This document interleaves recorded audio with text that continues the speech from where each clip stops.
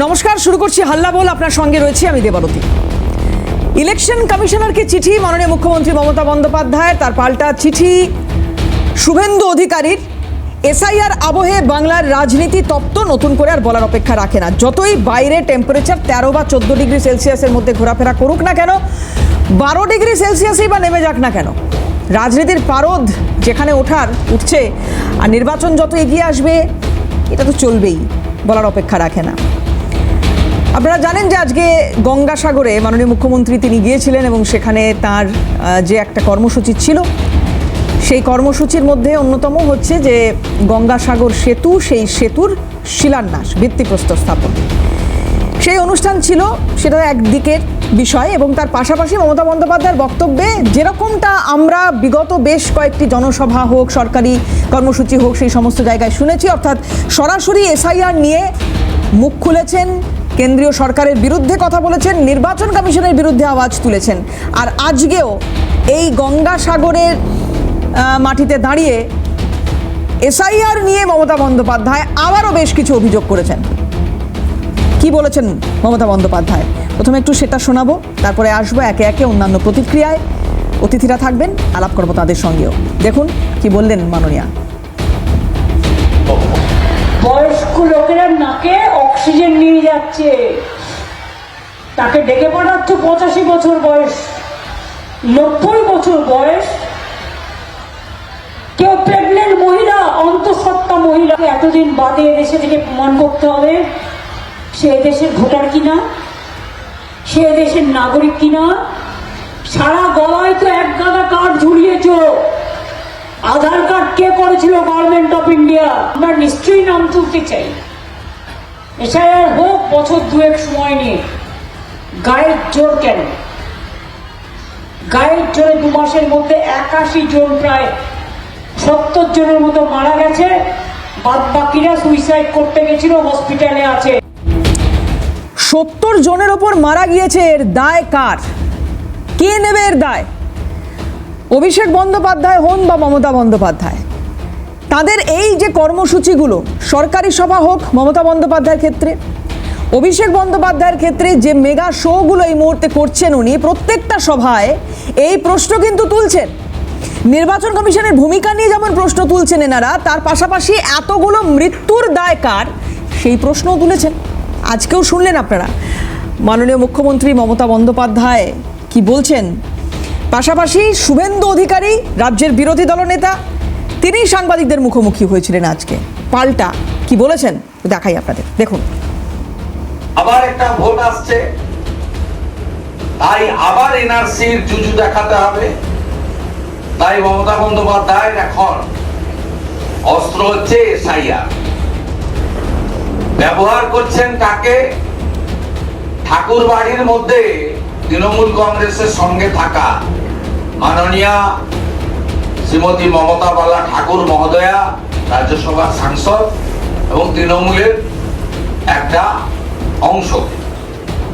CA কার্যকর হওয়ার পরে প্রমাণ হয়েছে যে এটা এনআরসি নয়, এর সঙ্গে ডিটেনশন ক্যাম্পের কোনো সম্পর্ক নেই।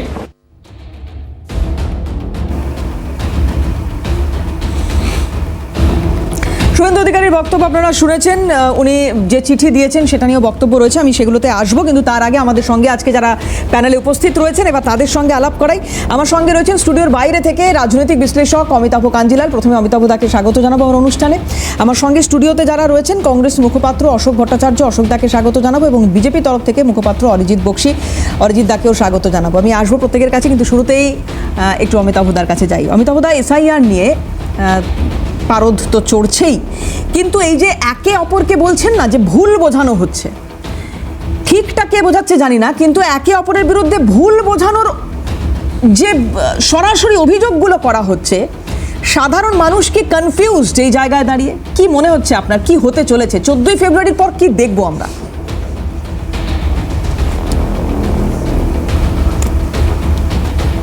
আসলে এটা খুব গুরুত্বপূর্ণ একটা প্রশ্ন তুলে এনেছো দেবারতী। সমস্যা হচ্ছে একটি সাংবিধানিক প্রক্রিয়া, তার খুঁটিনাটি সম্পর্কে সাধারণ জনগণের নখদর্পণে সমস্ত তথ্য, সমস্ত বিষয় না থাকাটাই কি বলবো স্বাভাবিক। এবার যারা জনগণের সেবা করবেন বলে, জনগণের স্বার্থে রাজনীতি করবেন বলে ময়দানে নেমেছেন, তাদের উচিত স্বচ্ছভাবে জনগণের সামনে এটা তুলে ধরা যে প্রক্রিয়াটি কি, তাতে আপনার কি ভূমিকা হতে পারে, আর যদি কোনো কারণে এই প্রক্রিয়ার জন্য আপনি ক্ষতিগ্রস্ত হন তাহলে কিভাবে বিচার চাইবেন এবং সেই বিচারের পদ্ধতিটি কত সময় লাগতে পারে ইত্যাদি সবটা খুব স্পষ্ট করে ব্যক্ত করা। কিন্তু রাজনৈতিক দলগুলোর আগে এই দায় কিন্তু নির্বাচন কমিশনের নিজস্ব, তার কারণ প্রক্রিয়াটি সে পরিচালনা করছে। ঠিক যেইভাবে নির্বাচনের আগে বিভিন্ন জায়গায় ক্যাম্পেইন করে নির্বাচন কমিশন জানিয়ে দেয় যে নিজের ভোট নিজে দিন, কারোর দ্বারা প্রভাবিত হবেন না, এই করা অপরাধ, এইগুলো ইলেকটোরাল বিহেভিয়ারের মধ্যে পড়ে না ইত্যাদি ইত্যাদি, তার যে কোড অফ কন্ডাক্ট তা জনগণের সমক্ষে তারা তুলে নিয়ে আসে প্রচারের মাধ্যমে। এসআইআর সম্পর্কেও সেটা করাটা বাঞ্ছনীয় ছিল, সেখানে সেটা ঘটেনি বা ঘাটতি হয়েছে। যে পরিমাণে প্রচার করা উচিত ছিল সেই পরিমাণ প্রচার করা হয়নি, একটা ঘাটতি দেখেছে। আর এই ঘাটতির সুযোগ নিয়েই যারা ঘাপটি মেরে পড়ে থাকেন যে ব্যবস্থার ভেতরে কি করে একটা অস্থিরতা জাগিয়ে তুলে তার মানে যদি অমিতাভদা আপনি এটা বলছেন যে এটা আনপ্ল্যান্ড, আর একটু সময় নেওয়া উচিত ছিল বা এগুলো করা উচিত ছিল, সেটা করেনি কমিশন। বিহারে তো এত জটিলতা হয়নি। নিঃসন্দেহে আবারও বলছি, এসআইআর এমন একটি প্রক্রিয়া যাতে ভোটদাতা নাগরিকদের প্রত্যেকের অংশগ্রহণ সুনিশ্চিত করাটা উচিত। সেটা করতে গেলে প্রত্যেকের কাছে কে কি প্রক্রিয়ায় অংশগ্রহণ করবেন এবং সেই প্রক্রিয়াতে তারা তাদের দায়িত্ব পালনের পর কি হবে, সমগ্র প্রক্রিয়াটি স্বচ্ছভাবে জনগণের জনসমক্ষে তুলে নিয়ে আসা উচিত। তার জন্য পর্যাপ্ত প্রচার দরকার। গ্রামাঞ্চলে, প্রান্তিক অংশগুলোতে, চা বাগানে, বস্তিতে, সমস্ত জায়গায় শিক্ষিত মানুষ নিজের মতো করে সেটা বুঝে নেওয়ার জায়গা রাখেন। তাহলে আপনার কথা শুনে যেটুকু মনে হচ্ছে যে এটা করেনি নির্বাচন কমিশন, ফলে কিছু মানুষকে সমস্যার মধ্যে পড়তে হচ্ছে।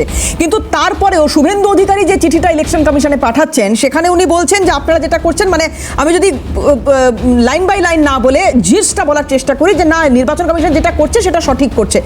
যদি সেটা হয়ে থাকে, মানুষের যদি বুঝতে কোথাও ভুল থাকে, আমি আসছি অমিতাভদা, মানুষের যদি বুঝতে কোথাও ভুল হয় নির্বাচন কমিশনের কিছু পদক্ষেপের কারণে, তাহলে তো সেটা বিজেপির জন্য মাথা ব্যথার কারণ হওয়া উচিত। সুদীপ রাহা তৃণমূলের তরফ থেকে আমাদের সঙ্গে ইতিমধ্যে যোগদান করেছেন। সুদীপ, তৃণমূল মুখপাত্র, সুদীপকে স্বাগত জানাবো। সুদীপ, আমি একটু তোমার কাছ থেকে জানার চেষ্টা করব যে যদি এটা হয়ে থাকে, যদি নির্বাচন কমিশনের কাছে যে চিঠিটা শুভেন্দু অধিকারী পাঠিয়েছেন সেখানে এই কথা শুভেন্দু অধিকারী বলে থাকেন যে না, যেটা হচ্ছে সেটা ঠিক হচ্ছে, কোনো অসুবিধা নেই, কিন্তু আনপ্ল্যান্ড, আরও প্ল্যান করা উচিত ছিল, আরও সময় নেওয়া উচিত ছিল, এই যেটা তৃণমূল কংগ্রেসের তরফ থেকে বারবার বলা হয়েছে, সমস্যা তো তাহলে বিজেপিরও হবে। শুভেন্দু অধিকারীকে আমরা দিল্লির জমিদারদের কৃতদাস মনে করি। ইডি সিবিআই থেকে বাঁচতে বিজেপি নেতাদের জুতো চেটে উনি বিজেপিতে গেছেন। তা খুব স্বাভাবিকভাবে যে বিজেপি বাংলা দখল করবার জন্য এর আগে ইডি সিবিআইকে লেলিয়ে দিয়েছিল, এখন নির্বাচন কমিশনকে লেলিয়ে দিয়ে একটা আনপ্ল্যান্ড এসআইআর এর মাধ্যমে যখন এটা করছে, যখন বাংলার লোকেরা নাস্তানাবুদ হচ্ছে, অ্যাম্বুলেন্সে করে একজন অসুস্থ তাকে পর্যন্ত হিয়ারিং এ নিয়ে যেতে হচ্ছে, এই নিয়ে যাওয়ার ব্যবস্থাটা করতে হচ্ছে যাকে হিয়ারিং এ ডেকেছে তার পরিবারকে। নির্বাচন কমিশন কিন্তু বিন্দুমাত্র সহযোগিতা করছে না। বা বিজেপি নামক রাজনৈতিক দল, তারা বা তাদের প্রতিনিধিরা কেউ বাংলার প্রায় 80,000-এর বেশি বুথ রয়েছে, সেখানে একটা নির্বাচনের সহযোগিতার জন্য ক্যাম্প করে। সুতরাং আমি আপনাদের বলবো, এই বাংলা বিরোধী জমিদারের কৃতদাস তিনি খুব ন্যাচারালি তার জমিদারদের খুশি করবার জন্য তিনি বলেছেন যা হচ্ছে ঠিক হচ্ছে, কিন্তু আসলে কি হচ্ছে তাতে মানুষের রিপারকেশনটা কি, মানুষ কিভাবে প্রতিক্রিয়া জানাচ্ছেন, সেটা তো আরো 2.5-3 মাস পরে পরিষ্কার হয়ে যাবে। তার কারণ মানুষ এটাতে তিতিবিরক্ত, অতিষ্ঠ। আমরা একের পর এক জেলায় লিস্ট ধরে দেখিয়েছি যে জীবিত ভোটার তাদেরকে মৃত ভোটার হিসেবে দেখিয়ে খসড়া তালিকায় নাম বাদ দেওয়া হয়েছে। এবার সেই পরিবারগুলো আতঙ্কিত হয়ে আতঙ্কে কেউ মারা যাচ্ছে। এটার দায় পর্যন্ত প্রায় 60 জন মতো বিএলও এবং সাধারণ নাগরিক সব মিলিয়ে বাংলার প্রায় 60 জন নাগরিক ভোটার তারা প্রাণ হারিয়েছেন। তার মানে এই প্যানিক, এই মৃত্যু, এই যে অরাজক পরিস্থিতি বা যা চলছে, কমিশন তারা যদি আরো একটু দায়িত্বপূর্ণ ভূমিকা পালন করতো, যেটা তোমরা বলার চেষ্টা করেছো এর আগেও, তাহলে এই মেসআপটা হতো না। অরিজিৎদার কাছে আসবো। অরিজিৎদা, লাগাতার এই অভিযোগ সামলাচ্ছেন কি করে? 2026-এ প্রথমবার আপনাদের চ্যানেলে এলাম, ক্যালকাটা নিউজের সমস্ত দর্শককে 2026 তারা সুস্থ থাকুন, ভালো থাকুন, উন্নতি করুন এই আশা জানিয়ে যে প্রশ্ন আপনি করলেন তার উত্তরে যাওয়ার আগে একটা কথা বলি। ওই সম্মানীয় বিরোধী দলনেতা সম্পর্কে আমাদের সুদীপ ভাই অনেক কিছু বললেন, শ্রুতিকটু, দৃষ্টিকটু তো নয়, শ্রুতিকটু বলছিলেন, কিছু একটা চেটে কিছু একটা ব্যাপার বলছিলেন। তা আমি একটু ওনার কাছে পরে জানতে চাইবো যে উদয়ন গুহ, রেজ্জাক মোল্লা, মনীশ গুপ্তরা তৃণমূল সুপ্রিমোর মানে কি পদ্ধতিতে, আমি তো আর ওইভাবে চেটে বলতে পারবো না, এগুলো আমরা বলি না, মানে কি পদ্ধতিতে ওখানে তৃণমূলে অ্যাবজর্বড হয়েছিল সেটা জানার আগ্রহ রইল। যাই হোক, দেখুন মৃত্যুর কথা বলছিলেন, মৃত্যু বেদনাদায়ক, মৃত্যু নিয়ে কোনো রাজনীতি হওয়া উচিত নয়, কিন্তু মৃত্যুর যদি দায়ভার নিতেই হয়, সর্বপ্রথম যদি বিএলওর ক্ষেত্রে কথা হয়, সবার আগে দায়ভার নিতে হবে মুখ্যমন্ত্রীকে। বারে বলা হচ্ছিল যে বিএলওদের কাজের চাপ প্রচুর। বিএলওদের কাজের চাপ লাঘব করার জন্য যে 20 থেকে 22,000 ডেটা এন্ট্রি অপারেটর নিযুক্ত হওয়ার কথা ছিল, সেটা কেন মমতা ব্যানার্জি করতে দিলেন না? কেন তিনি জেদ ধরে বসে রইলেন যে তার পার্টির ক্যাডাররা যারা বিএসকে গুলো চালায় সেখান থেকেই একমাত্র ডেটা এন্ট্রি অপারেটর নিতে হবে? তার কোনো উত্তর বা যুক্তি আজ পর্যন্ত আমরা পাইনি। ইলেকশন কমিশনকে কিন্তু তৃণমূল কংগ্রেস অর্থাৎ পশ্চিমবঙ্গ সরকার এই data entry operator 20,000 data entry operator recruit করতে দেয়নি, যার পুরো চাপটা পড়েছে আমাদের পশ্চিমবঙ্গের বিএলওদের উপর। দ্বিতীয়, ভোটারের মৃত্যুর কথা বলছেন।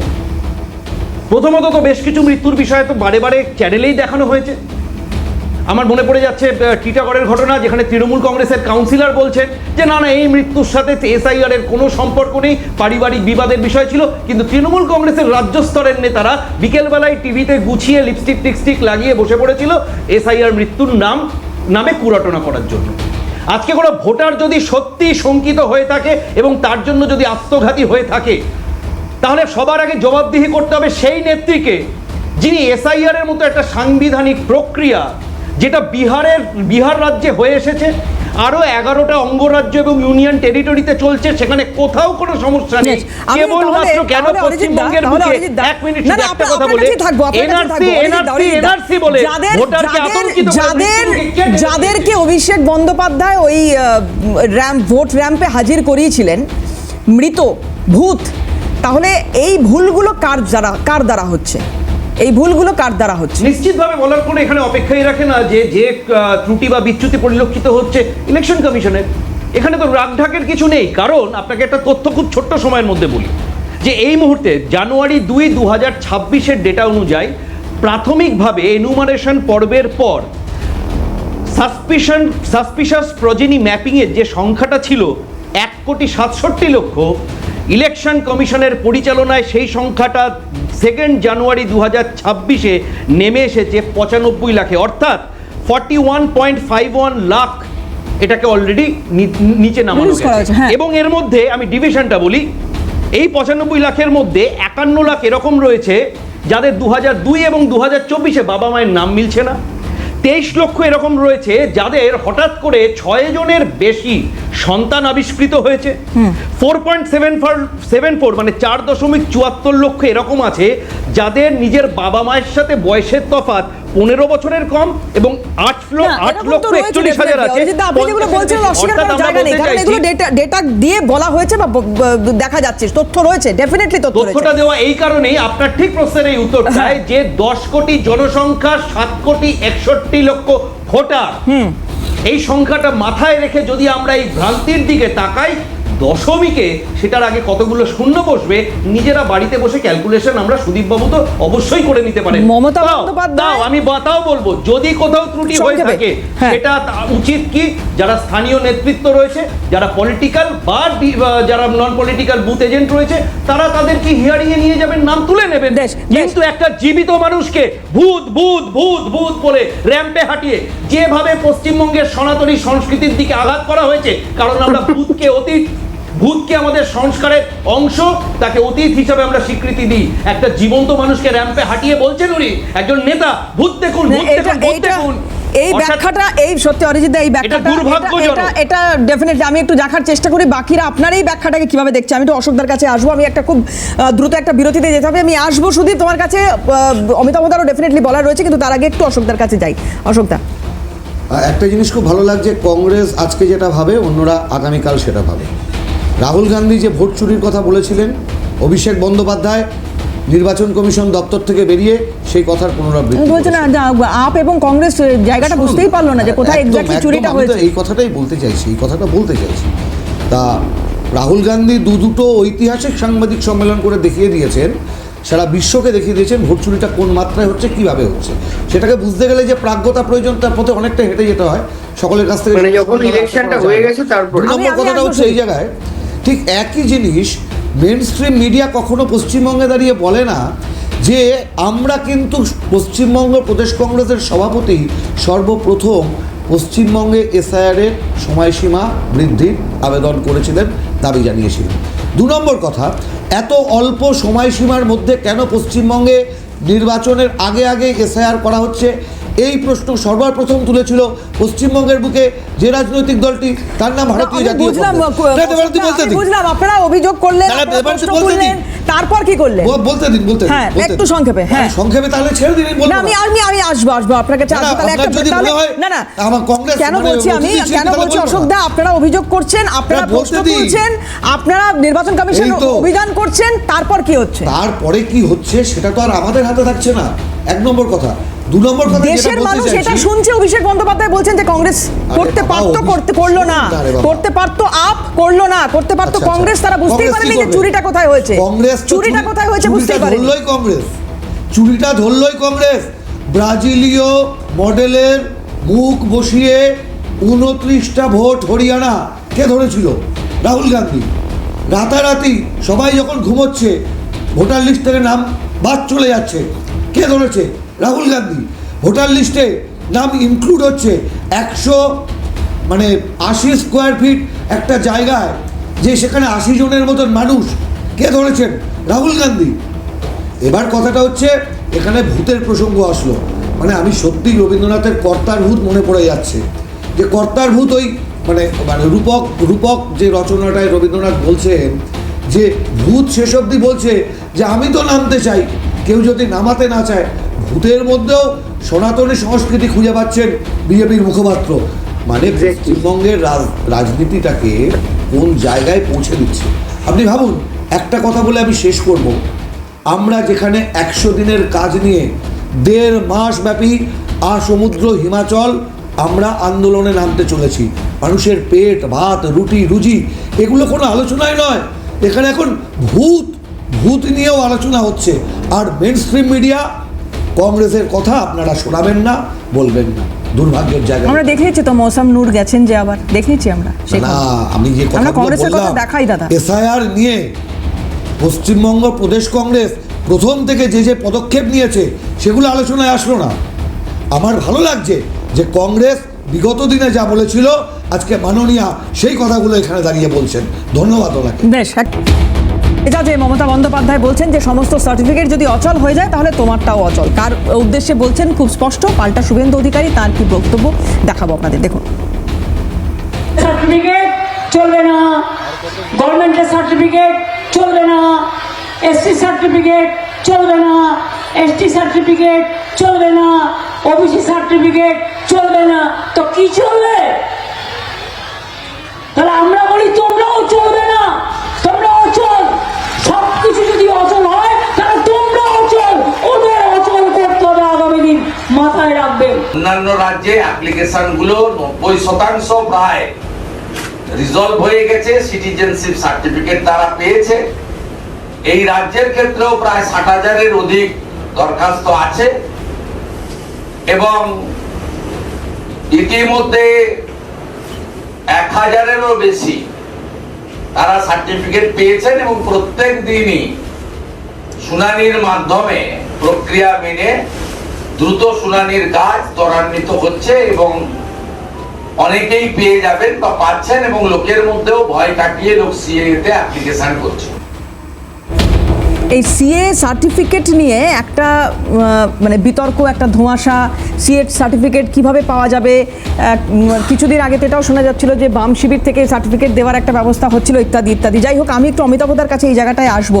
এই সার্টিফিকেট নিয়ে একটা সমস্যা তৈরি হওয়া, এটা নিয়েও দীর্ঘ আলোচনা হয়েছে যে এই এসআইআর কি নাগরিকত্বের প্রমাণ, মানে এসআইআর এর দ্বারা কি নাগরিকত্ব প্রমাণিত হবে। যাই হোক, এই সার্টিফিকেট, সিএ সার্টিফিকেট নিয়ে যে জলঘোলাটা চলছে, আপনার কি মূল্যায়ন?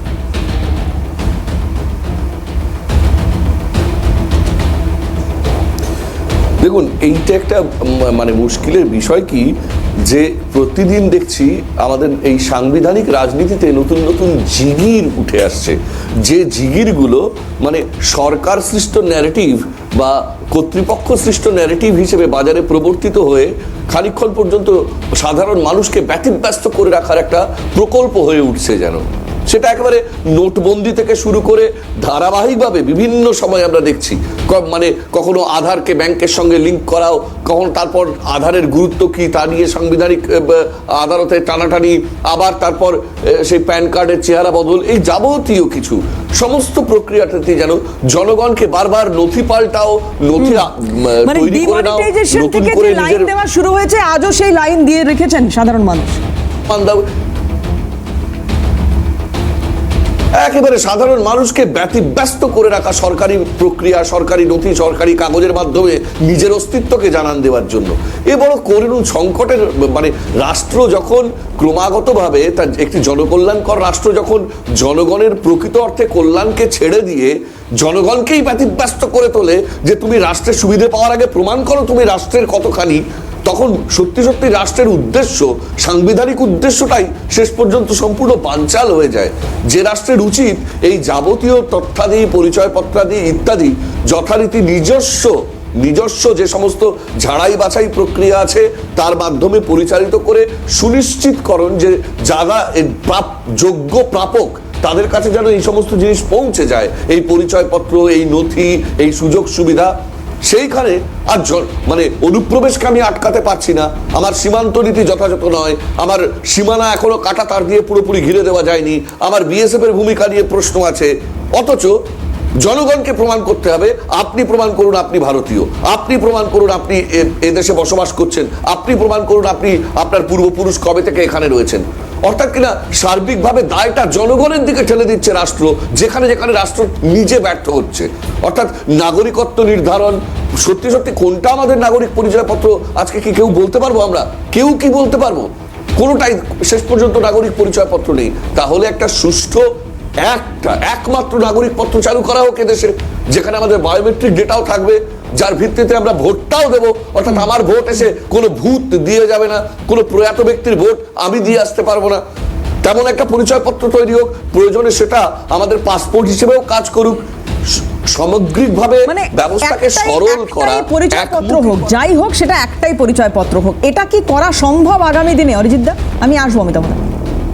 দেখুন, সম্ভব কি সম্ভব না এটা সরকার বলতে পারবে, আমি বিজেপি পার্টির মুখপাত্র হিসেবে বলা সম্ভব না। কিন্তু অমিতাভদা যে কথাটা বলেছেন আমি সর্বান্তকরণে সমর্থন করি এবং স্বাগত জানাই যে সত্যি নাগরিক পরিচয়পত্র হোক এবং এই যে বিভিন্ন যে ডিসক্রিপেন্সি এগুলো মিটে একটা জায়গায় আসুক। কিন্তু এটাও আমি গ্যারান্টি দিয়ে বলছি, এই নাগরিক পরিচয়পত্র দেওয়ার সময় যদি এই নাগরিক পরিচয়পত্র কোনো সরকারি অফিস থেকে গিয়ে ভারতবর্ষের জনসাধারণকে সংগ্রহ করতে হয়, সেদিনও অমিতাভ বাবু এইভাবেই চ্যানেলে বসে বলবে যে আবার কি দরকার ছিল নাগরিকদের রাস্তায় দাঁড় করিয়ে এই কার্ড সংগ্রহ করার। যে বিষয়টা সেটা না, বিষয়টা হচ্ছে উনি বললেন জনগণের দিকে দায় ঠেলে দিচ্ছে, ভুল হচ্ছে, জনগণের দিকে দায় ঠেলা হচ্ছে না। আপনি ভাবুন টোটাল ভোটারের, বিহারের এক্সাম্পল যদি নেন, প্রথম দিনই 65% ভোটারকে কোনো রকম কোনো দায়িত্ব নিতে হয়নি, কোনো রকম ডকুমেন্ট দেখাতে হয়নি, কারণ প্রিভিয়াস এসআইআর এর নাম ছিল, এবং পশ্চিমবঙ্গের ক্ষেত্রেও তাই। কিন্তু এখানে যে বিষয়টা খুব উল্লেখযোগ্য, আপনি মমতা ব্যানার্জির যে বক্তব্যটা দেখাচ্ছিলেন, আমার মনে হয় সার্টিফিকেটের ব্যাপারটা আমরা ঠিকভাবে ক্যাচ করলাম না।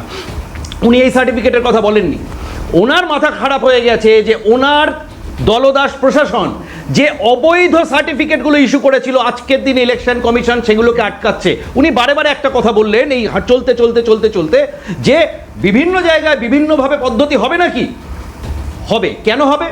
ধরুন আজকে আপনার সহজ একটা উদাহরণ দিয়ে বলি, যে ইলেকশন কমিশনের যে 12টা বা অধুনা 13টা যে ডকুমেন্ট, তার মধ্যে একটা ডকুমেন্ট হচ্ছে কাস্ট সার্টিফিকেট, ব্র্যাকেটে লেখা থাকে SC ST OBC সার্টিফিকেট। অর্থাৎ আপনার কাছে যদি একটা বৈধ কাস্ট সার্টিফিকেট থাকে, শুনানিতে যদি আপনি যান, সেই সার্টিফিকেট দেখান, আপনার নাম উঠে যাবে।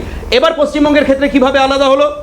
2010 থেকে 2024 সাল পর্যন্ত পশ্চিমবঙ্গ সরকার যে ওবিসি সার্টিফিকেটগুলো ইস্যু করেছে, দীর্ঘ 14 বছর কলকাতা হাইকোর্টের আইনি লড়াইয়ের পর কলকাতা হাইকোর্টের ডিভিশন বেঞ্চ 22 মে 2024 খুব পরিষ্কারভাবে বলে দিয়েছে যে সম্পূর্ণ অনৈতিকভাবে, অসাংবিধানিকভাবে, রাজনৈতিক উদ্দেশ্য প্রণোদিতভাবে এবং সংখ্যালঘু তোষণকে মাথায় রেখে এই ওবিসি সার্টিফিকেটগুলোকে ইস্যু করা হয়েছিল, ওবিসি কমিউনিটিগুলোকে আইডেন্টিফাই করা হয়েছিল এবং মহামান্য কলকাতা উচ্চ আদালত এই 2010 থেকে 24 পর্যন্ত সমস্ত সার্টিফিকেটগুলোকে অবৈধ বলে ঘোষণা করেছে।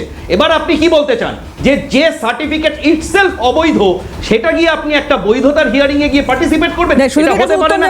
সুদীপের কাছে উত্তর নেব, কিন্তু আমি অরিজিৎদার কাছে এটাও পরবর্তী ক্ষেত্রে যখন আসবো, কারণ একটা ব্রেক নিতে হবে আমাকে, পরবর্তী ক্ষেত্রে যখন আসবো অরিজিৎদার কাছে তখন এটা একটু জানার চেষ্টা করবো যে অমিতাভদার বক্তব্যের এই যে একটা হালকা বিরোধিতা উনি করেছেন পরবর্তী ক্ষেত্রে, সেটা কেন? কারণ যদি এটা সত্যি হয়, অমিতাভদা যে কথা বলছেন বা যে মানে এখানে একটা কি বলবো, এটা প্রস্তাব বলা যায়, সত্যি এটা হলে তো অসুবিধা কিছু হয় না। যদি এটা করা যায় তাহলে তো কাদম্বিনীদের মোড়ে প্রমাণ করতে হবে না যে সে বেঁচে আছে।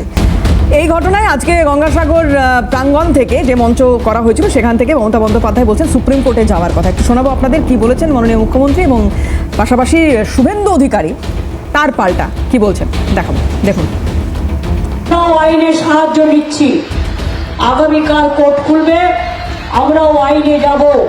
এত মানুষের মৃত্যু, এত মানুষকে যেভাবে হ্যারাস করেছে তার বিরুদ্ধে, এবং প্রয়োজন পড়লে আমি নিজেও পারমিশন চাইবো, দরকার হলে আমিও সুপ্রিম কোর্টে গিয়ে মানুষের হয়ে আমি প্লিড করব, আমি মানুষের হয়ে কথা বলবো। সুপ্রিম কোর্টে আপনি যে গেছিলেন তার পরিণতি কি হলো, এটা বাংলা পশ্চিমবঙ্গে জানতে চাই। আপনি যে সমস্ত লয়ারদের দাঁড় করান, সেসব লয়ারদের 40 লাখ, 50 লাখ, 60 লাখ টাকা করে মুখ খুললেই দিতে হয়। আপনি কার টাকা দিয়ে তাদের পেমেন্ট করছেন? আমাদের টাকা দিয়ে। আমরা তো ট্যাক্স পেয়ার, আমরা জানতে চাইবো না? আপনি এত বড় বড় লয়ারদের দাঁড় করিয়েছিলেন, অযাচিত বিহারের কেসে পার্টি হয়েছেন।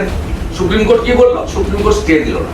কোর্ট বললো এটা ইলেকশন কমিশনের কাজ, ইটস এ কন্টিনিউয়াস। স্বাধীনতার পরে 8 বার হয়েছে, এটা 9ম বার। সুপ্রিম কোর্ট কি বললো? বললো জেনুইন কোন নাম বাদ গেলে একদম সোজাসুজি সুপ্রিম কোর্টে চলে আসবেন, আমরা প্রোটেকশন দেব নাগরিকদের। মমতা ব্যানার্জির উচিত যে তিনি যে কথাগুলো গরম করছেন বাজারে, এই তথ্য নিয়ে সুপ্রিম কোর্টে চলে যাওয়া। সুদীপের কাছে আসি। সুদীপ, সুপ্রিম কোর্টে তো মামলা চলছে অলরেডি, যেটা একদম শেষ ভাগে শুভেন্দু অধিকারী বলছেন, সেখান থেকে একটু শুরু করি যে যদি এরকম কিছু হয়ে থাকে সুপ্রিম কোর্টে যাওয়ার একটা অপশন আছে, তাহলে নতুন করে আবার যাওয়ার ভাবনা মানে এটার কি প্রয়োজন? দেখুন, আমি প্রথমেই বলছি, আমরা তো প্রথম থেকেই এই লড়াইটাকে শুধুমাত্র রাজনৈতিক লড়াই সীমাবদ্ধ রাখিনি। আমরা সুপ্রিম কোর্ট, হাইকোর্ট, যেখানে মানে আদালতের কাছেও দ্বারস্থ হয়ে সার্বিকভাবে এই আন্দোলনটাকে মানুষের যে ন্যায্য, মানুষের যে হক, এই যে সোনালী খাতুনের বিষয়ও তো কোর্ট থেকে রায় নিয়েই তাকে আবার দেশে ফেরানো হয়েছে। আজকে তিনি পুত্র সন্তানের জন্ম দিয়েছেন। আমি এর আগের প্রসঙ্গটা একটু আসি, তার কারণ পরিচয়পত্র নিয়ে কথা হচ্ছিল। যিনি রাজনৈতিক বিশ্লেষক, তিনি একদম সাধারণ মানুষের সত্যিকারের যে হয়রানি, সেই হয়রানির বিষয়টা তুলে ধরেছেন, এ বিষয়ে কোনো সন্দেহ নেই। কিন্তু আপনারা সবাই মিলে যেটা বললেন যে একটা পরিচয়পত্র তো হতেই পারে, যেটা ভারতবর্ষের আমাদের সবার একটাই পরিচয়পত্র হবে। আমরা যদি নিজের বাড়ি ফিরে গিয়ে একবার নিজেদের আধার কার্ডটা খুলে দেখি, সেখানে কিন্তু খুব পরিষ্কারভাবে লেখা আছে আমার আধার আমার পরিচয়। তাহলে যে আধার কার্ডের জন্যে 3 মাস ধরে লাইন দিয়ে, একদিন চোখের রেটিনার ছবি তোলা, একদিন হাতের আঙুলের ছবি তোলা, একদিন নাম ভুল হলে সেটাকে কারেক্ট করা, সেগুলোর জন্য যে আধার কার্ডটা ভারতবর্ষের সরকার ইস্যু করলো, সেখানে তো পরিষ্কারভাবে লেখা আছে আমার আধার আমার পরিচয়। তাহলে আলাদা করে আবার পরিচয়পত্র কেন? তাহলে প্রথম দিন আমরা যে আধার কার্ডের বলেছিলাম যে এটা একটা মেস হচ্ছে, সেটা আজকে কার্যত প্রমাণ হয়ে গেল। তাহলে এমন কোনো পরিচয়পত্র আসলে ভারতবর্ষের সরকার যেন তেন প্রকারেণ, ওরা যেভাবে উন্নয়ন বিমুখ, ওরা স্বাস্থ্য শিক্ষা নিয়ে কথা বলতে ওদের দেখবেন না। ওরা নাগরিকত্ব, ভূত সনাতন কি সনাতন নয়, তারপরে আপনার ধর্মীয় পরিচয় কি, আপনার কি খেলে ভালো হবে, আপনি সামোসা খাবেন না সিঙ্গারা খাবেন না, আপনি কি ফ্রিজে রাখবেন, এগুলো নিয়ে কথা বলতে ওরা বেশি উৎসাহী। সুতরাং আমি আপনাদের পরিষ্কার বলছি যে এই সিএ নিয়ে এর আগে তো প্রধানমন্ত্রী অন্তত 3টে নির্বাচনে বাংলায় প্রচার করে গেছেন এবং যারা রাজ্যের মতুয়া সম্প্রদায়ের মানুষ তাদের সামনে দাঁড়িয়ে বলে গেছেন যে সিএ এর মাধ্যমে আপনাদের নাগরিকত্ব দেওয়া হবে। কিন্তু এই হবেটা আর কবে? আমরা জিজ্ঞেস করছি আর কবে সেই নাগরিকত্ব আসবে, যার জন্য এই একই খরগোশের আপনার কি বলে ললিপপ দেখিয়ে, নাগরিকত্বের ললিপপ দেখিয়ে সেই ললিপপ নিয়ে আবার নির্বাচনে একটার পর একটা নির্বাচন চলে যাবে আর নাগরিকত্ব দেওয়া হবে এটা বলা হবে। আসলে বিজেপি এই যে রাজ্যের নেতারা, এই যে যিনি বিজেপির মুখপাত্র হয়ে এখানে বসে বিজেপিকে ডিফেন্ড করছেন, অসহায় লাগছে ওনাকে। মানে উনি বাংলার লোক হিসেবে রাস্তায় বসে কিন্তু বুঝতে পারছেন যে বাংলার লোক কতটা ক্ষিপ্ত ওদের প্রতি।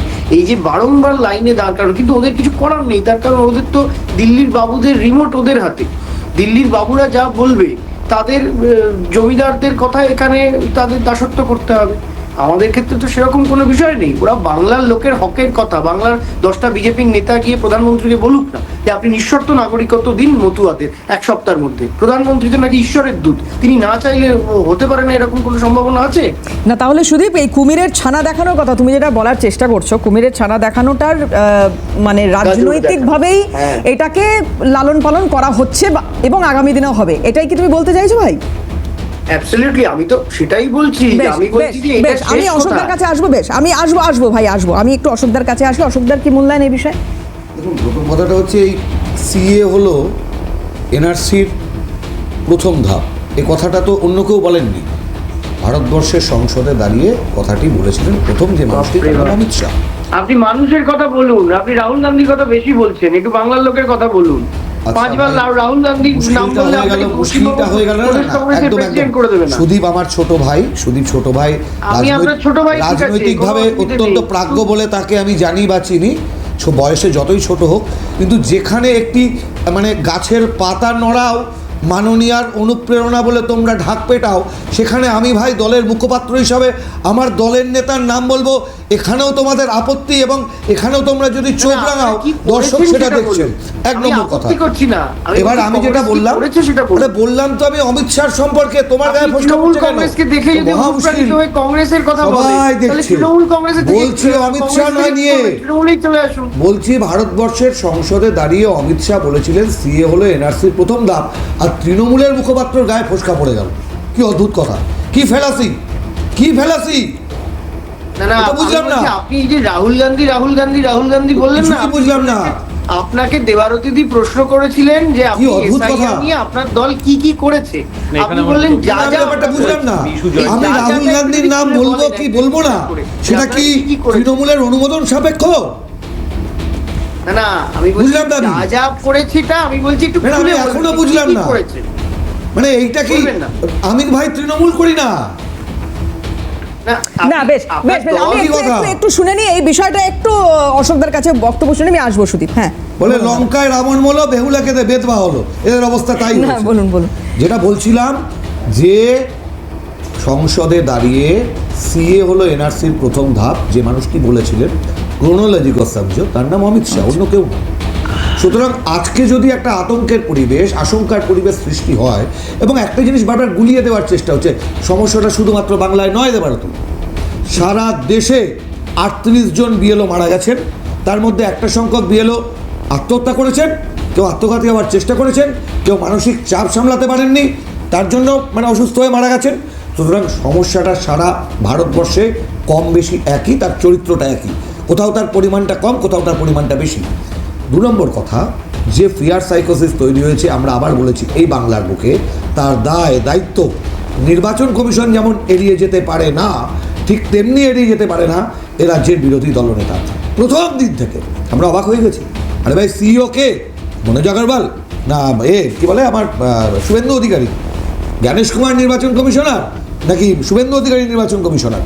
এই বিহারে 50 জন বিএলওর চাকরি চলে গেছে, অমুক জায়গায় এতজন জেলে চলে গেছে, 2 কোটি লোক বাদ পড়ে যাবে না। এই যে একটা ভয়ের বাতাবরণ, এই ভয়ের বাতাবরণটাকে এনক্যাশ করে নিয়ে পাল্টা ভয় ছড়ালো তৃণমূল,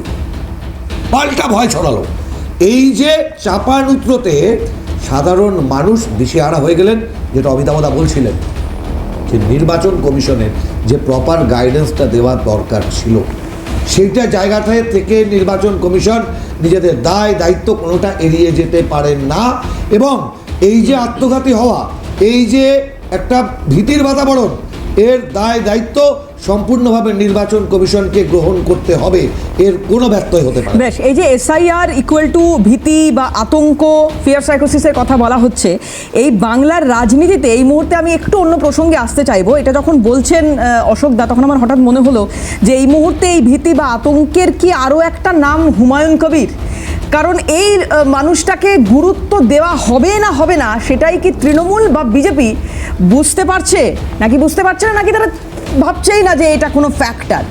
যদি সেটা হয় তাহলে আজকে যখন হুমায়ুন কবির ব্রিগেডে গিয়েছেন, আগামী 1 তারিখ উনি বলছেন যে অনুমতি যদি মেলে তাহলে আগামী 1 তারিখ এখানে একটা সভা হবে। তো এই সভা যখন পরিদর্শনে, মানে ওই ব্রিগেড যখন উনি দেখতে গেছেন কি পরিস্থিতি, সেখানে গিয়ে তাকে গো ব্যাক স্লোগান শুনতে হচ্ছে। তৃণমূলের কিছু সমর্থক সেখানে ক্রিকেট খেলছিলেন এবং সেই সময় যখন হুমায়ুন কবির যান তাকে গো ব্যাক স্লোগান শুনতে হয়। আমি একটু সেই সময় ছবিটা একটু দেখাই আপনাদের কি ছিল, উইথ ফুল অ্যাম্বিয়েন্স দেখুন। স্লোগান দেওয়া হচ্ছে হুমায়ুন কবিরকে দেখতে পাচ্ছ এই মুহূর্তে এটা নিয়ে কেন তাদের জামিন হলো না, কুমারখালী ব্যাংক স্লোগান দেওয়া হচ্ছে হুমায়ুন কবিরকে তো ফালতু লোকের কোনো কথার জবাব আমি দেবো না, তো ফালতু লোকের কোনো কথার জবাব আমি দেবো না, তো ফালতু লোকের কোনো কথার জবাব। তাদের জামিন হলো না, কুমারখালী ব্যাংক স্লোগান দেওয়া হচ্ছে হুমায়ুন কবিরকে দেখতে পাচ্ছ এই মুহূর্তে যদি এবার হুমায়ুন কবিরের কিছু বক্তব্য আপনাদের খুব সংক্ষেপে একটু শোনানোর চেষ্টা করব। হুমায়ুন কবির বলছেন জোটে যেতে, কাদের জোটে যেতে? যে যারা বিজেপি বিরোধী, তৃণমূল বিরোধী, তারা একসঙ্গে জোটে যেতে পারেন। তৃণমূল বলছে এই সম্পূর্ণ এইটা হচ্ছে বিজেপির কৌশল, বিজেপি বলছে এটা সম্পূর্ণ তৃণমূলের কৌশল। কার কৌশল, আদৌ কৌশল কিনা, এখানে কতটা ফ্যাক্টর হবেন হুমায়ুন কবির? আজকেও বলছেন 182টা কেন্দ্রে প্রার্থী দেব। শুভেন্দু বাবুকে জিজ্ঞেস করুন যে 84,000 বুথের মধ্যে 30,000 বুথে প্রার্থী দিতে পারবেন কিনা, ইত্যাদি ইত্যাদি। খুব কিছু বাছাই করা রিয়াকশন একটু শোনাই আপনাদের, দেখুন কি বলছেন হুমায়ুন কবির। যদি ভোট দেয় পাবে, আগে শুভেন্দুবাবুকে জিজ্ঞেস করুন 84,000 বুথে 30,000 বুথে ওনাদের বুথ কর্মী থাকে না। শুরুটাই হয় 70% ধরে, 30% ওয়াকওভার দিয়ে দেন, তারপরে ওনারা 220 কোথা থেকে পাবেন সেটা এর আগে তো বলেছিলেন।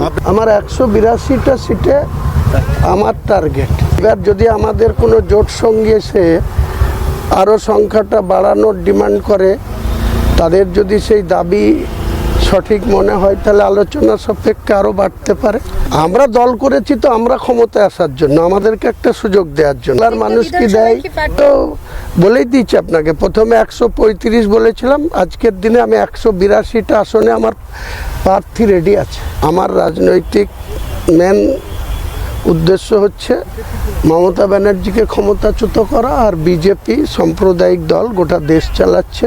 এই বাংলার মানুষের সঙ্গে এরা কোনো কিছু করেনি। 14 বছর, 2014 থেকে আজকে প্রায় 12 বছর মোদিজির গভর্নমেন্ট চলছে। বিজেপির নেতারা এখানকার উন্নয়ন আটকায়, টাকা আটকায়, ডবল ইঞ্জিন চাই, সরকার চাই। তো বাংলার মানুষ আগামী দিনে তাদের কি জবাব দেয়, আর এই চোরের সরকারটার কি জবাব দেয়, এটা তো একবার পরীক্ষা। 182টা আসনে প্রার্থী রেডি বললেন, আর বলছেন যে শুভেন্দু বাবুকে বলুন যে বুথে কর্মী দিতে পারবেন কিনা। এই বক্তব্যগুলো যখন পেশ করছেন বা ওই ব্রিগেড যখন ঘুরে দেখছেন, সেই সময় তাকে বাধার মুখে পড়তে হচ্ছে। কারা বাধা দিল? হুমায়ুন কবির, যিনি বলছেন যে গোটা রাজ্যের মুসলমান সম্প্রদায়ের মানুষকে এক জায়গায় আনবো এবং আমার এই দল দেখিয়ে দেবে যে আমরা কি করতে পারি। গোটা রাজ্যের মুসলমান সম্প্রদায়ের মানুষকে এক জায়গায় আনতে পারছেন কি হুমায়ুন কবির? যারা বাধা দিচ্ছেন তারাও ওই একই সম্প্রদায়ের মানুষ। একটা मेन कथा यही है, वो बीजेपी को सुविधा पहुंचाने के लिए काम कर रहा है, हिंदू मुस्लिम बंगाली सबको भाग करने के लिए काम कर रहा है, ये चीज़ कर रहा है। आज हम बाजार लाने जाते हैं, हम आप कोई सब्जी वाला सब्जी लेते उससे ये पूछते हैं कि आपका धर्म या आपका राजनीति क्या है। तृणमूल को कार्यकर्ता जेपी दलाल कहनो आपको पता नहीं है, बोल रहा है अभी शुभेंदु अधिकारी विरोधी दल का नेता ये चीज़ बोल रहा है कि हुमायूं कबीर और वो जो फुरफुरा शरीफ का क्या नाम है उसका एमएलए का, नौशाद सिद्दीकी, ये दोनों जीतेगा। ठीक है, बीजेपी यहाँ सरकार करेगा, टीएमसी नहीं जीतेगा। अरे ये लोग का सिर नहीं है क्या? क्या है? ममता बनर्जी का छत्र छाया में रह करके विधायक बना हुमायूं कबीर। बीजेपी से टिकट लेके क्यों नहीं जीत करके विधायक बना, जब इसका अगर इतना पोर था मुर्शिदाबाद में। तो हम लोग क्रिकेट खेलने आया था, हम लोग जा रहा था, वो उसको देख करके रुका, स्टॉप हुआ। वो सीएम के बारे में गलत कथा बोल रहा था। কি কথা বলছিল? हाँ, कि सीएम ये है वो बोल रहा था, तब हम लोग उसको चुपचाप से सुना, नहीं बोला। उसके बाद हम उसको बोला बाबरी मस्जिद सुनिए, 1000 बंगाल में मस्जिद है, पहले उसको जा करके सही करे, तब बाबरी मस्जिद जा करके बनाए। बंगाल में वो जबरदस्ती का एक ये फैला रहा है बीजेपी के साथ मिल करके, ये गलत चीज़ है, ये पब्लिक को जानकारी। অমিতাভ দাকে দিয়ে শুরু করবো। অমিতাভ দা, স্লোগান শুনেছিলাম খেলা হবে, আর এ তো ক্রিকেট খেলতে গিয়ে দারুণ খেলা হচ্ছে, কিভাবে দেখছেন আজকের এই ঘটনাকে?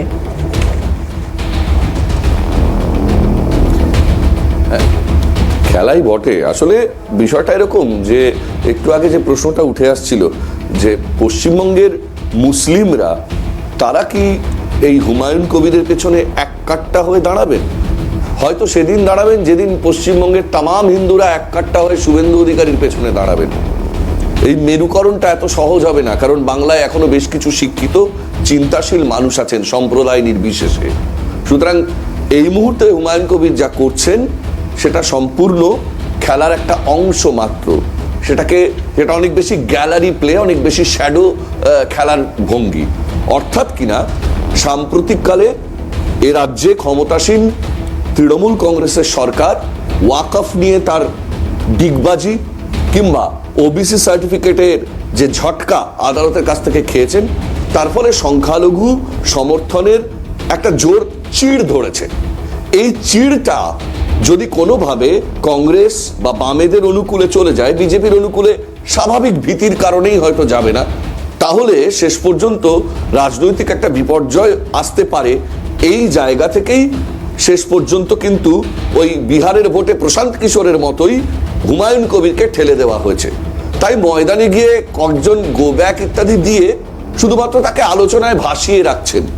অন্যথায় তার এই দল গড়া, তার এই তথাকথিত বাবরি মসজিদ তৈরি করা, সেখানে সৌদি আর কোন কোন জায়গা থেকে সব নামাজ পড়ানোর লোকজনদের নিয়ে আসা, এই যে বুদবুদটা তৈরি হয়েছে, এই বুদবুদ মিলিয়ে যাবে।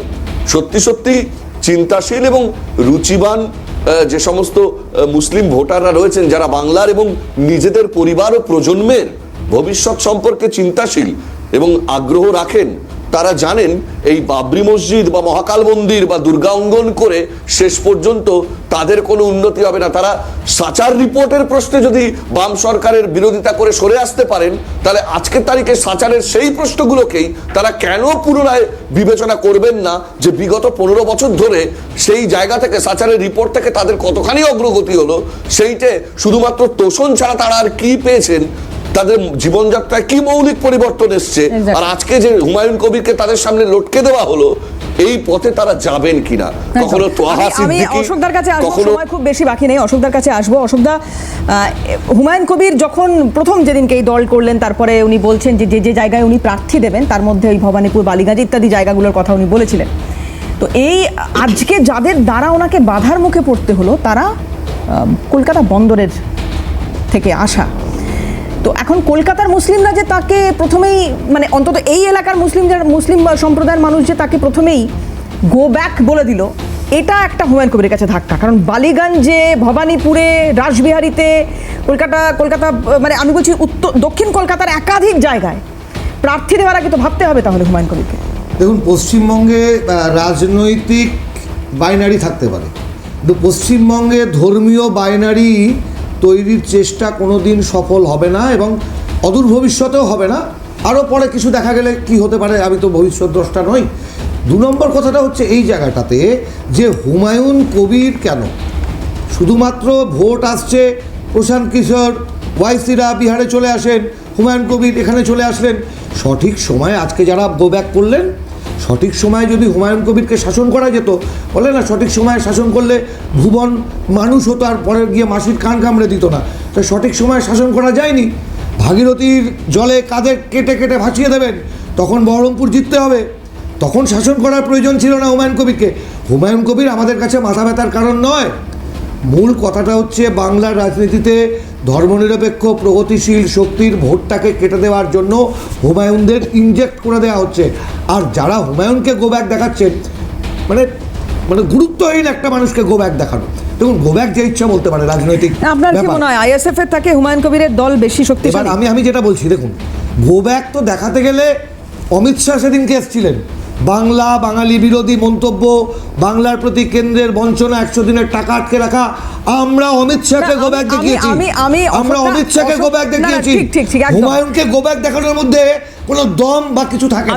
আমি সেটা বলছি না, আমি বলছি অশোকদা যে মানে শেষ তো কথা বলবে, আসন মানে কি হলো এক্স্যাক্টলি, ভোটের ফলটা কি হলো সেটা বলবে, শেষ কথা। তো এখানে দাঁড়িয়ে হুমায়ুন কবিরের সঙ্গে হাত মেলানোর যদি একটা জায়গা তৈরি হয় বা আসন্ন সময় থাকে, তাহলে সেটা বাম কংগ্রেস করবে না? আইএসএফ কেও তো সেই সময় ভরসা সেইভাবে করা গেছিল, কি একদম তো নতুন একটা দল, তাহলে হুমায়ুন কবির কি দোষ করছে? মাসির যদি গোপ হয় মাসি মামা হবে, এই ধরনের আলোচনায় তো রাজনীতি থাকতে পারে না।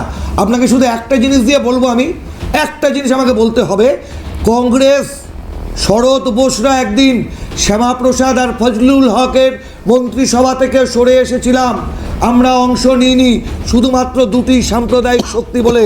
এটা কংগ্রেস শুধু ক্ষমতায় থাকার জন্য সাম্প্রদায়িক কোনো শক্তির সাথে অ্যালায়েন্স কংগ্রেসের রোল নেই, ডিএনএতে নেই। সুদীপ, কি বিষয় কি বলবো, হুমায়ুন কবির ফ্যাক্টর আমার মনে হয় যে এত প্রয়োজনীয় আলোচনার মধ্যে সবচেয়ে অপ্রয়োজনীয় একটি বিষয় এটা। তার কারণ প্রয়োজনীয় হলে তৃণমূল কংগ্রেসের সমর্থকরা কেন গো ব্যাক করবে? যে খেলতে এসছে সে খেলবে, আর যে ঘুরতে এসছে সে ঘুরবে। তৃণমূল কংগ্রেসের সব গো ব্যাক যে কেউ যে কাউকে দিতে পারে, অপছন্দ করে হয়তো তাই দিয়েছেন। আমি প্রাথমিকভাবে আপনাদের একটা কথা বলি, 3 দিন আগে অন্তত আপনাদের 2-3টে চ্যানেলে আমি বলেছি এই বিষয়ে, যে উনি বলেছেন যে বিজেপি প্রথম হবে, আমি দ্বিতীয় হব, তৃণমূল তৃতীয় হব। আজকে বলছে যে আমি বিজেপিকে হারাবো, তৃণমূলকে হারাবো। আমার মনে হয় যে বা যারা ওনার স্ক্রিপ্টটা লিখছে, এটাও তো ওই দিল্লির জমিদারদের পাজামা ধরে ঝোলা নেতা পাঠিয়েছে ভোট কেটে, তৃণমূলকে ভাবছে এসব করে শায়েস্তা করবে। দেখুন, বাংলার মাটির একদিকে রবীন্দ্রনাথ ঠাকুর, একদিকে লালন সাঁই, একদিকে কাজী নজরুল ইসলাম। সুতরাং এখানে আমি তো ভাবছিলাম উনি আজকে, এখন তো হঠাৎ বাবরি মসজিদ নিয়ে আর কিছু শুনছি না, উনি হঠাৎ করে ব্রিগেড যাচ্ছেন, তা ওনার বাবরি মসজিদে কি হলো? ইস্যুটা চাপা পড়ে গেল। রাজনীতি করবার জন্য ধর্মকে কার্যত ব্যবসায় পরিণত করা এই সমস্ত লোকজন, এদেরকে নিজের বাড়ির লোকেরাও ভোট দেবে, তাদের নিয়ে কথা বলা মানে প্রাইম টাইমের সময় নষ্ট। দেখুন, আর সময় তো প্রায় নেই, হয়তো 30 সেকেন্ড সময় পাবো। খুব সংক্ষেপে বলতে চাই, আমি রোজ ওই ময়দান পাড়াতেই হাইকোর্টে প্র্যাকটিস করি, তাই হাইকোর্টে যাই যখন দেখি তো হাজারে হাজারে লোক মাঠে ঢুকছে, বেরোচ্ছে, আইসক্রিম খাচ্ছে, ঘুরছে, বেড়াচ্ছে, বাড়ি চলে যাচ্ছে। হুমায়ুন কবিরও সেরকমই আসতো, সেরকমই যেত। হুমায়ুন কবিরের এজেন্ডা পশ্চিমবঙ্গের বুকে বাবরি মসজিদ, লুটেরা বাবরের নামে, হিন্দু হত্যাকারী বাবরের নামে যে বাবরি মসজিদ, তার বিরোধিতা যদি প্রকৃত কারোর থাকে সেটা হচ্ছে ভারতীয় জনতা পার্টি। কিন্তু আজকে হুমায়ুনকে ওখানে গো ব্যাক বলে সারা দিনের ফুটেজটা কে খাইয়ে দিল? তৃণমূল কংগ্রেস। আর আপনি হুমায়ুন কবিরের শিফটটা দেখুন, যে মুর্শিদাবাদে দাঁড়িয়ে বলে এসছে যে আমি মমতা ব্যানার্জিকে পরাজিত করব, আর বিজেপি তো বিভিন্ন রাজ্যে ক্ষমতায় রয়েছে, সেখানে তো অসুবিধা কিছু নেই, এখানে এলো কোনো সমস্যা নেই। কি সুন্দরভাবে ধীরে ধীরে ধীরে ধীরে মমতা ব্যানার্জির ড্রাফটেড লাইনে চলে এসছে। আজকে দাঁড়িয়ে এখানে বললো বিজেপি সাম্প্রদায়িক শক্তি, তাই তার কথা তাকে আমরা হারাবার পরিকল্পনা করছি। আমরা প্রথম দিন থেকে বলে এসছি যে যেটা অমিতাভবাবু বললেন, যে বিভিন্ন ক্ষেত্রে, আজকে যদি মুর্শিদাবাদের কথা ধরেন, আমি ছোট্ট একটা উদাহরণ দেব, যে ন্যাশনাল ফ্যামিলি হেলথ সার্ভের MPI multi dimensional poverty index বলছে পশ্চিমবঙ্গের সবচেয়ে বেশি মুসলিম অধ্যুষিত যে 3টে জেলা, অর্থাৎ মুর্শিদাবাদ, এবং সেখানে মুর্শিদাবাদে সেখানে এই জেলার ইন্ডেক্স অনুযায়ী 16.55% প্রভার্টি হার হচ্ছে মুসলিমদের, যা পশ্চিমবঙ্গের 11% তুলনায় অনেকটা বেশি। অর্থাৎ মমতা ব্যানার্জি খুব ভালো জানেন যে পশ্চিমবঙ্গের যে মুসলিম ভোট, যাকে উনি তার একেবারে একচেটিয়া একটা প্রভুত্ব ধরে নিয়েছেন, সেই ভোট ব্যাংক ধসতে বাধ্য, এবং সেই ভোট ব্যাংকে ইনট্যাক্ট করে রাখার প্রয়োজনীয়তা কি? হুমায়ুন কবিরের মতো একটা বিতর্কিত চরিত্র তুলে ধরা, তাকে পিছন থেকে ফস্টার করা, তাকে গো ব্যাক বলে সারা দিনের লাইমলাইট ফুটেজ দেওয়া। এবং হুমায়ুন কবির তো বলেইছে যে আমি কিছু এমএলএ কে জেতাবো, জিতিয়ে আবার কি কলার তুলে না শাহেনশাহর মতো আবার তৃণমূলে ব্যাক করবো। কতটা গুরুত্ব পাবে সেটা সময় বলবে, দেখা যাক। আজকে একদম মমতা ব্যানার্জির ফস্টার চাইল্ড ছাড়া হুমায়ুন কবির আর দাদা সময় নেই। প্রত্যেককে ধন্যবাদ সময় দেওয়ার জন্য, এবং আপনারা যারা আমাদের সঙ্গে ছিলেন এতক্ষণ আপনাদেরও ধন্যবাদ। শেষ করছি, অন্যান্য খবরের জন্য চোখ থাকুন CNN।